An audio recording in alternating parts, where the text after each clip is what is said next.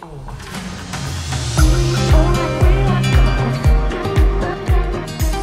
we are at Fort Matanzas, if that's how you pronounce it. Somebody will correct me if it's not. We are just south of St. Augustine. Free entry, free ferry to the fort. We're going to go see when we can get on.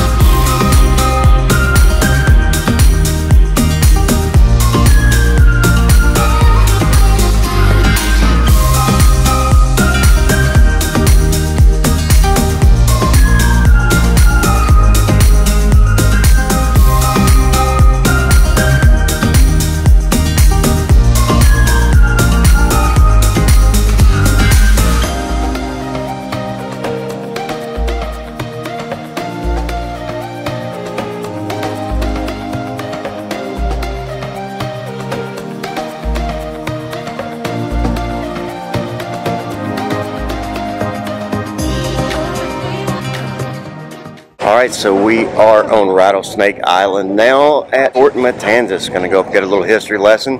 Once again, I'm Ranger Caroline. On behalf of the National Park Service, I'd like to welcome you to Fort Matanzas, the only fortified watchtower with Spanish architecture in the continental United States. And it all starts with what's south of the fort. There's a bridge. Now, underneath that bridge is the Matanzas Inlet.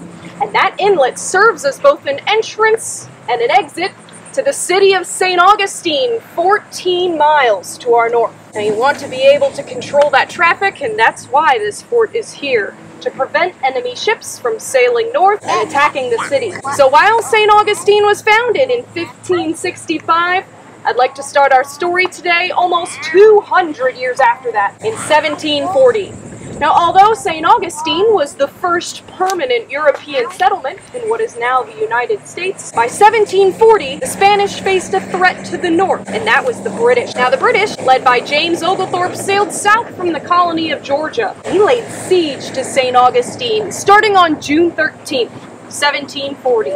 And with concentrations on that downtown area, in the later part of that conflict, St. Augustine was successfully resupplied through the Matanzas Inlet, and the siege ended shortly after that on July 20th. And this demonstrates the importance of this location to the survival of St. Augustine, as this inlet is a back door to the city. And that's why construction on the fort that you see today started shortly after those events, in the fall of 1740, and it was completed less than 2 years later, in 1742. So not only is this a strategic location, but this inlet is very shallow, so only smaller boats could have made it through, like sloops or galleys. And this is important because those smaller ships, they can't hold the size or number of cannons that you need to be able to take on a fort's walls. So Fort Matanzas is pretty small, but it's the perfect size for what you need at this location.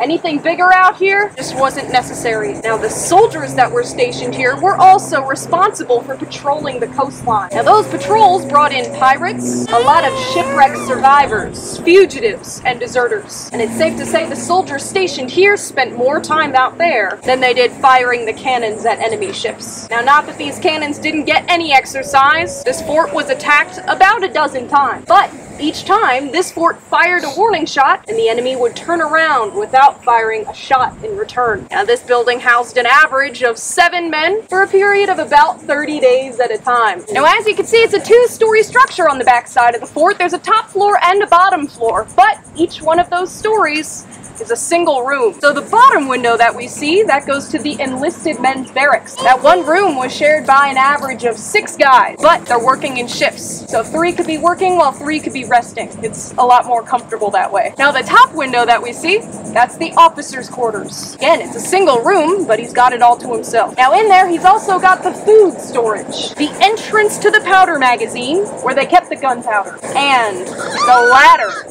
that goes to the very, very top, the observation deck. Now you all are welcome to brave that ladder and go up to the observation deck today. And it's a pretty cool view up there. But keep in mind, it is a very different view than what somebody would have seen about 281 years ago.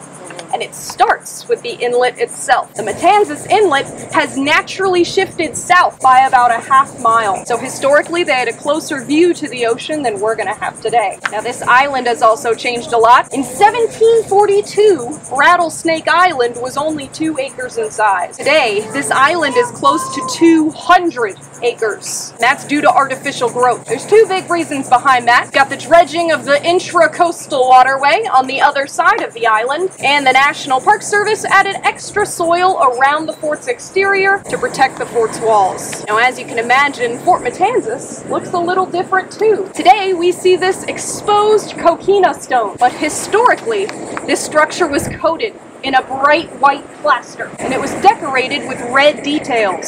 Same colors as the flag that's flying over the fort. Now that flag is called the Cross of Burgundy. It's a first period Spanish flag, and that would have been the first flag to fly over this fort. So having the structure the same colors was a symbol to those enemy ships approaching that they were now in Spanish territory. Now this building looks pretty different because it sat abandoned for close to 100 years. And in that time it was in bad shape. Trees were growing where the cannons are sitting on the gun deck. There were cracks all over the structure. Some pieces even completely fell away. Now this site became a national monument in 1924. The mission of the National Park Service is to preserve unimpaired. So a complete restoration has not been done. Only necessary repairs have been made to make public visitation possible. Today, Fort Matanzas stands as a reminder of the strength and the wealth of the Spanish Empire. And while Fort Matanzas was built by the Spanish, today it belongs to all of us.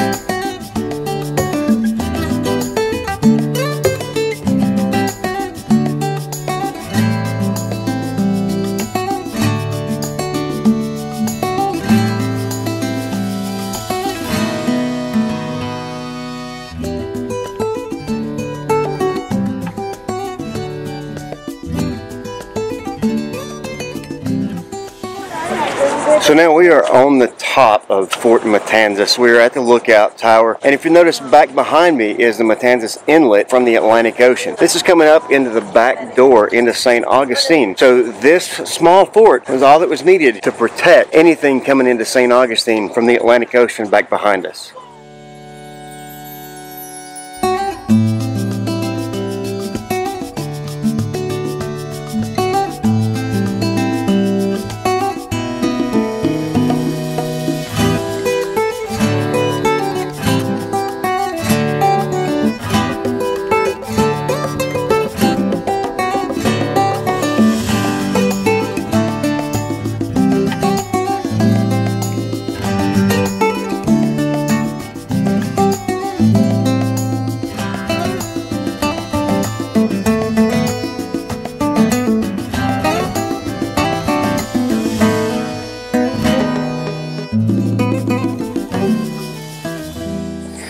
So that was Fort Matanzas. It's a really pretty neat thing. And one of the things that they went over during the video was the way that the name came about of Matanzas is actually pretty morbid. Just to the north, up around Jacksonville at Fort Caroline, was where the British had a fort. And they tried to come down and take over this fort. The problem was they ran into severe storms, hurricanes, something of the sort, and it ripped their boats to pieces. And the ones that survived actually were captured here by the Spanish at Fort Matanzas, and they were all slaughtered. So Matanzas is Spanish translated to slaughters, and that's where the name came from.